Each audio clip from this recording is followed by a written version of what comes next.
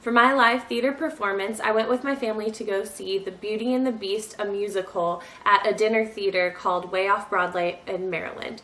As a dinner theater, what happened was we first went and we got to eat dinner and have dessert before the show begins, and then we got to sit at our reserved table to view the production and the performance. What was really cool about this was that our waiter and waitress were actually actors and actresses who were in the production. So we were lucky enough to have the Beast be our waiter, which was pretty cool. And we also had one of the background dancers and part of the cast also wait on us, which was pretty cool. Disney's Fairy Tale musical made its own transformation from a 1991 Oscar-nominated cartoon feature to a Broadway stage spectacle in 1994. More recently, the live show came full circle with a live-action movie musical in theaters. And through all its changes, the story of Beauty and the Beast has remained a tale of a French book lover named Belle who doesn't quite fit in with a rural village. She rejects the affections of Gaston, a manly hunter, and winds up the prisoner of a selfish prince transformed by a curse into a scary beast. He and his entire castle of servants will remain bewitched until freed by a selfless demonstration of love. Behind all the magic and performances and effects, Beauty and the Beast remains a timeless parable. Doesn't every young girl fancy herself as a secret princess, and every guy knows he's just a misunderstood beast? This musical is a reminder that we all wish to be judged on our acts and character rather than on our appearance, and it's a good show for the diverse times we're in now. The whole venue was decorated in the theme of Beauty and the Beast. So the dinner area where we all got to sit had roses and castle walls on the sides of the walls. The entrance, there was a big archway that had a castle in front of it, so it looked like you were entering into a castle, which really came in handy in the middle of the play when some of the actors and actresses came into the audience. You could see that they were then walking like towards the castle, and then they would show up back on stage in the castle. The stage was pretty small. It was probably as small as like a high school stage. And so they probably had a lot of difficulty really portraying that this was a huge castle for the musical. And so they had two boards on either side of the stage that would flip. And so on one side, it looked like they were castle walls, and then they got flipped. And the other side, it looked like it was like part of the village that Belle lived in, one of the characters.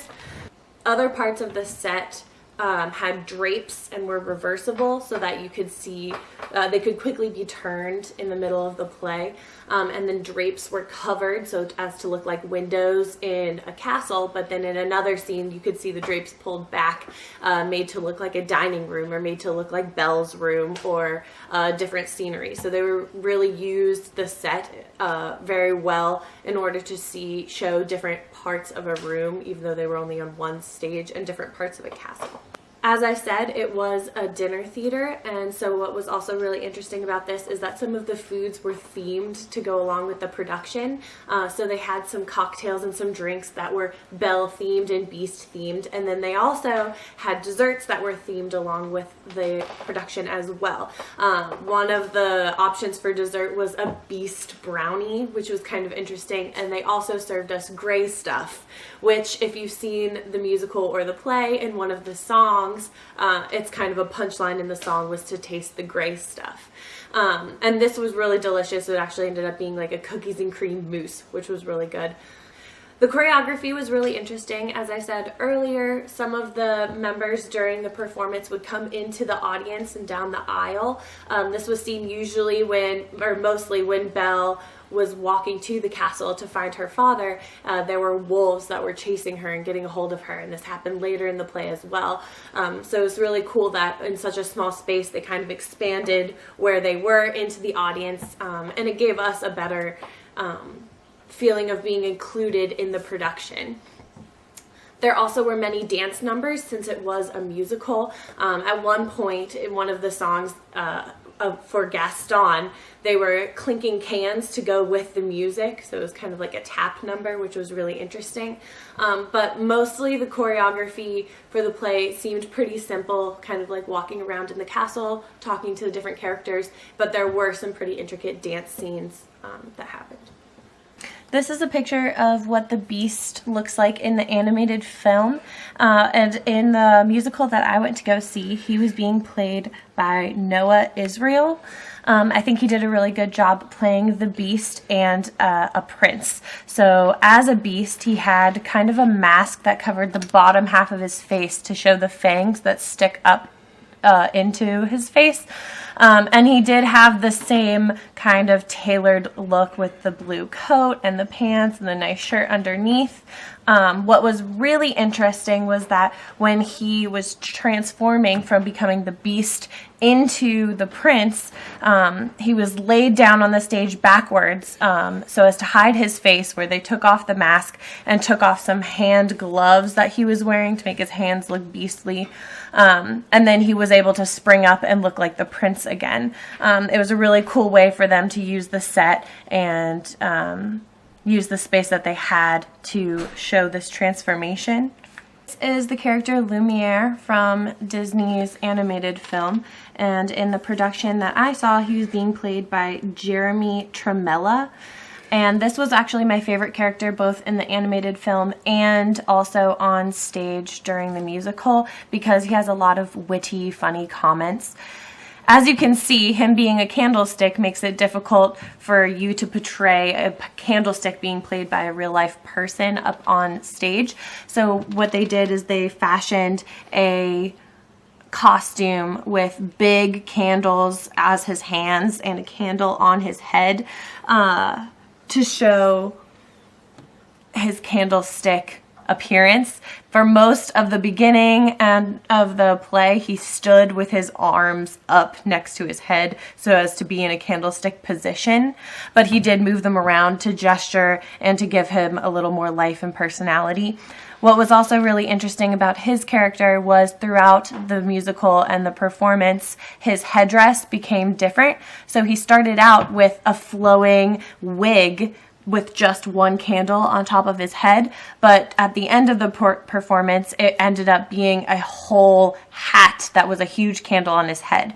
I believe that they did this to show that as time goes on, the people or the characters become more the inanimate objects that they're cursed to be. This is Cogsworth from the Disney animated film. In the musical that I saw, he was played by Paul Cabell, and this character had a big, almost sandwich board sign that was on the actor with a door on it to show the inner workings of the clock going tick, tick, tick.